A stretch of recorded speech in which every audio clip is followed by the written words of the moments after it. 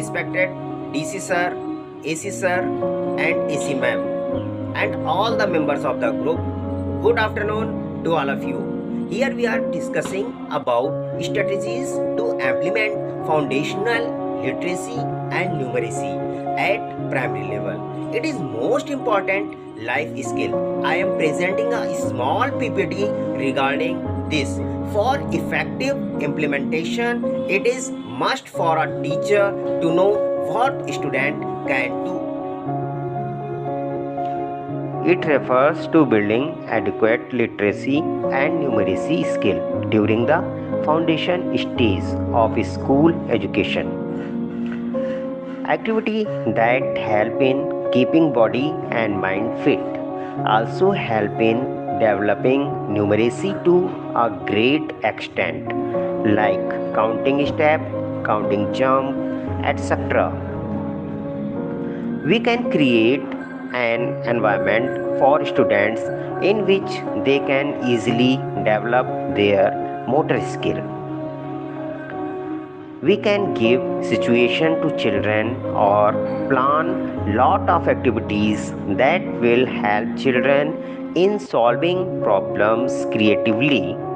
Here are few examples of these activities. Few questions which can be asked for every activity that children perform in a class, like how did you find out, why do you think that, how do you know this, how do you prove this, is there another way to solve this problem. These questions will make the concept clear. Diverse activities can be performed in the class to develop numeracy skills, like maths game, math song, and action songs. Few activities like cutting, sticking, ordering, etc. First step to develop literacy skill, that teacher should start with books which have no words. It will help children to think about it and express their own ideas. Children can be asked to write a diary or prepare cards for family members. Letter formation can be made very interesting by introducing a small story with it. By giving small instructions, we can develop their vocabulary. Children learn a lot by performing activity in collaboration.